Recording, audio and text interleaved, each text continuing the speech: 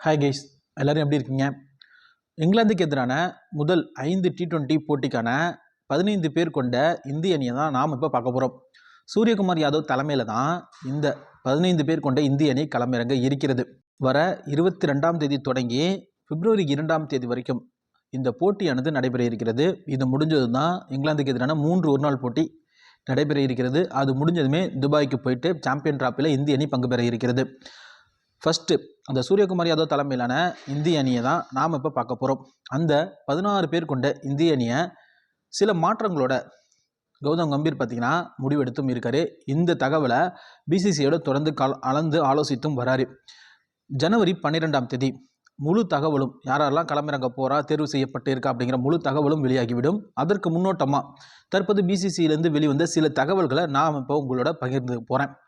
இந்த 16 பேர் கொண்ட இந்திய அணி தான் வர T20 தொடரில் பங்கு பெற போகிறாங்க. சூரியகுமார் யாதவ் தான் கேப்டனாக செயல்படுறாரு. ருத்ராஜ் கேக்வாட், சஞ்சு சாம்சன், திலக் வர்மா, ரிங்கு சிங், ஹர்திக் பாண்டியா, அக்ஷர் பட்டேல், ரவி பிஷ்னாய், வருண் சக்கரவர்த்தி, ஜிதேஷ் சர்மா, பிரதீஷ் கிருஷ்ணா, ஹர்தீப் சிங், யாஸ் தயால், ரமன்தீப் சிங், அபிஷேக் சர்மா, ஹர்திஸ் ராணா, இந்த 16 பேர் கொண்ட இந்திய அணி தான் இந்த T20 தொடரில் தேர்வு செய்யப்பட இருக்காங்க.